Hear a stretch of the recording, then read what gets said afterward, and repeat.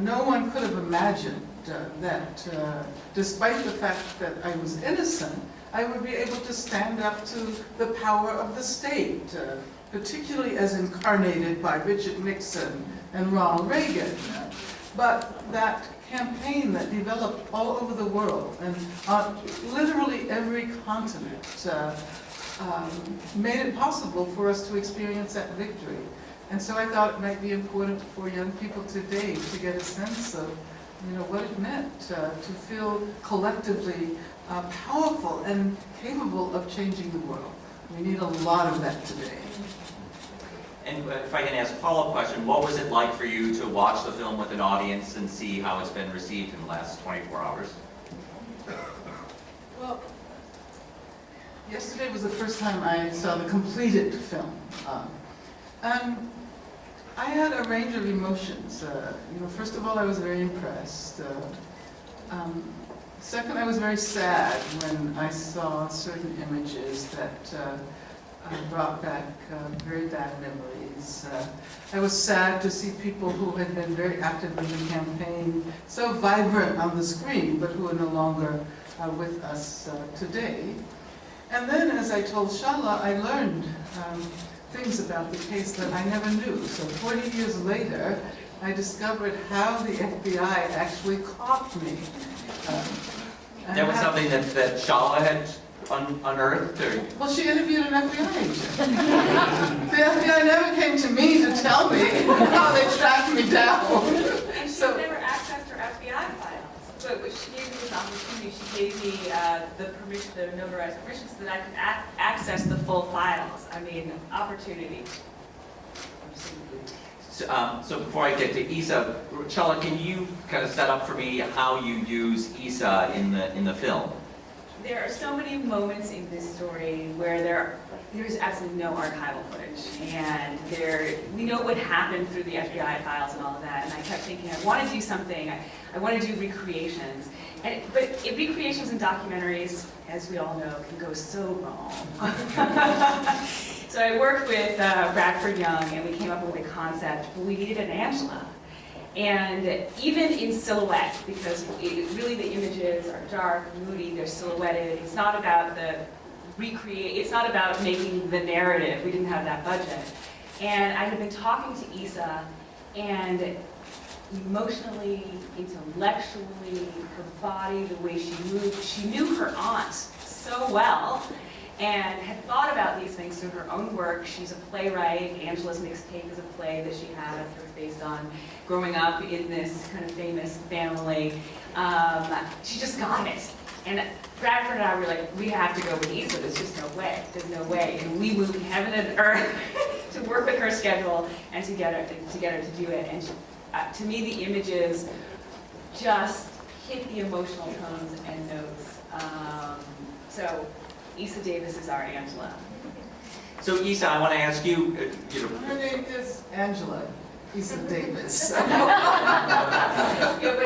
but please you have to tell them what her original name was before Angela insisted on the change. Well, yes, my sister was pregnant throughout several months of the ordeal. You can see it in the footage also. Fun. Yeah, and she visited me in my cell on the day she went into labor. So she wanted to name Eisa after me. She had devoted so much of her life traveling around the world and so forth, and because we were very close. And she wanted to name her Angela Libre. And I said, no. You cannot saddle that child with such a burden for the rest of her life. So her name became Angela Eisa. Great. And then, of course, what's fun is that, no one ever called me Angela Eisa Davis unless I was in trouble. I was always called by my middle name, Eisa, but of course on my passport or on my driver's license it says Angela Eisa Davis, so every time I go to the airport or have to show my ID, everyone says, "Are you Angela Davis?" And I say, "Well, she's my aunt." now you can say no, but I played her in the film. Right, exactly. So Eisa, what was it like for you, someone who comes from this family, who knows this history as a family history, to see it get interpreted through Shola's eyes? Well, it's very exciting actually for me to be able to have been part of this process from the very beginning. You know, Shola is a tenacious woman. That's the only way you get something like this done. And you know, she clawed her way to us as a family in order to get this done. And so, you know, I just have been, like Angela, very grateful to be able to see all of the research that went into the making of this documentary, and then to be able to see, as I said last night, watching the film, which I also saw for the first time yesterday, in some ways was like seeing a home movie, because there are all of these people that I have known as family members, as people who were part of the campaign and part of the trial, who remained close to us, you know, and still are, those who are still alive. And then, of course, there were images that took place before I was born, because I was born, of course, while Angela was in jail. So it's been really an amazing experience to be asked to assume the feelings that Angela must have felt while she was underground, while she was imprisoned, and I think that everything that I've experienced growing up with my mother and my aunt, who told me all of these things, was able to come through in the film in a way that I never expected. I felt like it all kind of burst out of me, and that I knew all of this stuff in my bones, in my genes, in my marrow, and I was really grateful to be able to express that on film.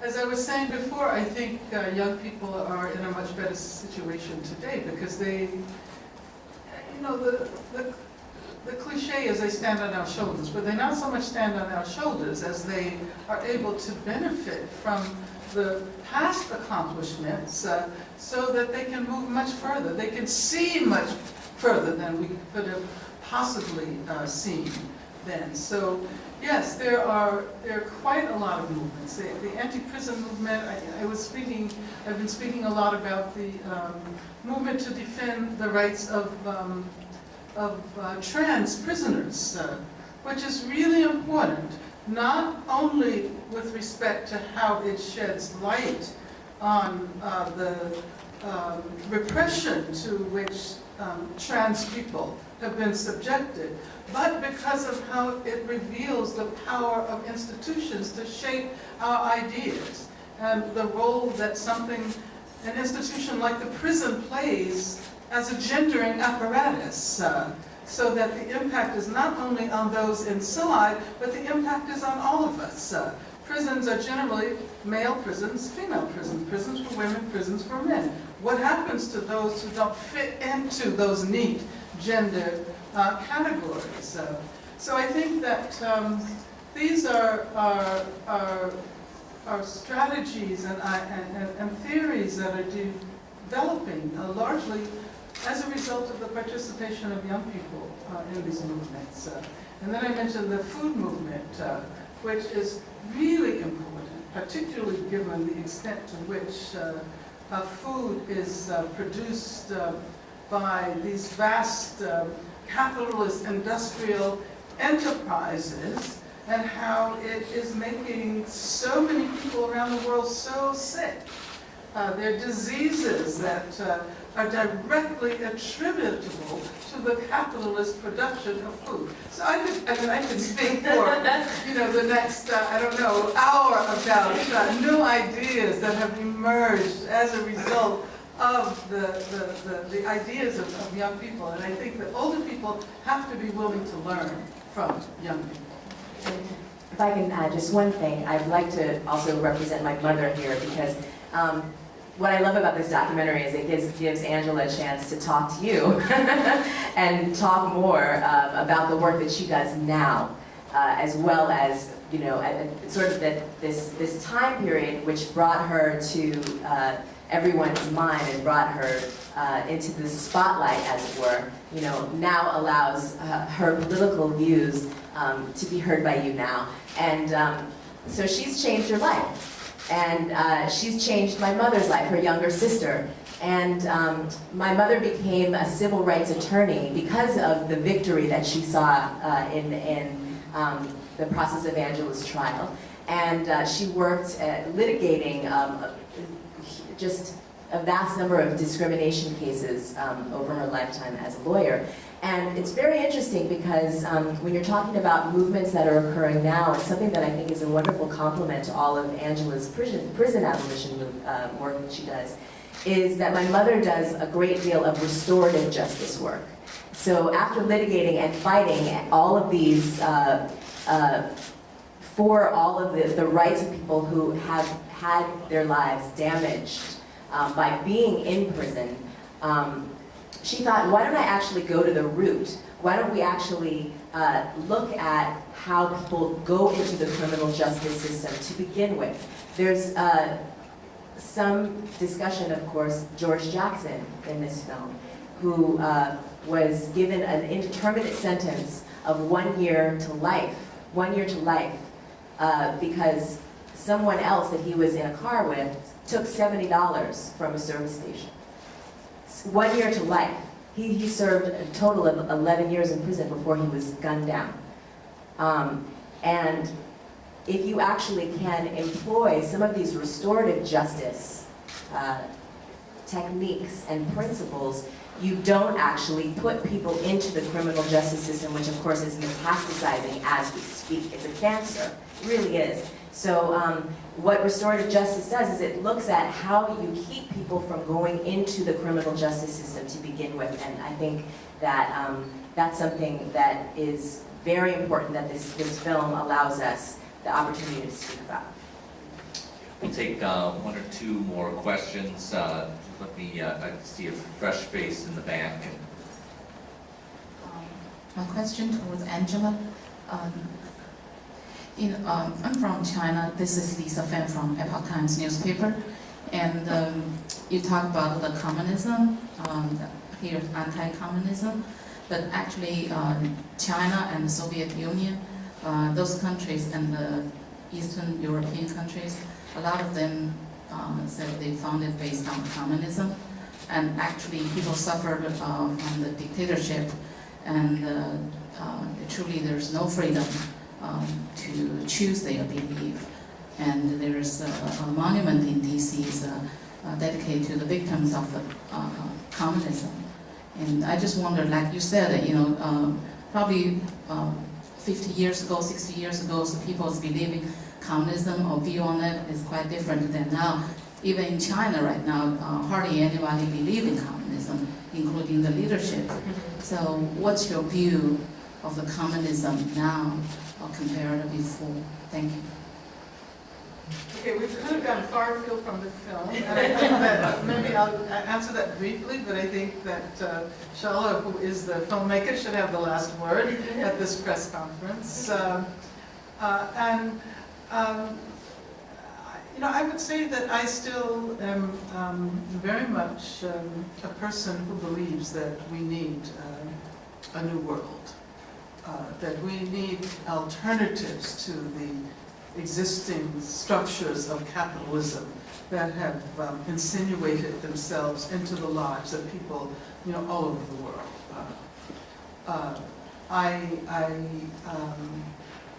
I know that there were serious problems with the modes of communism that were realized in various countries.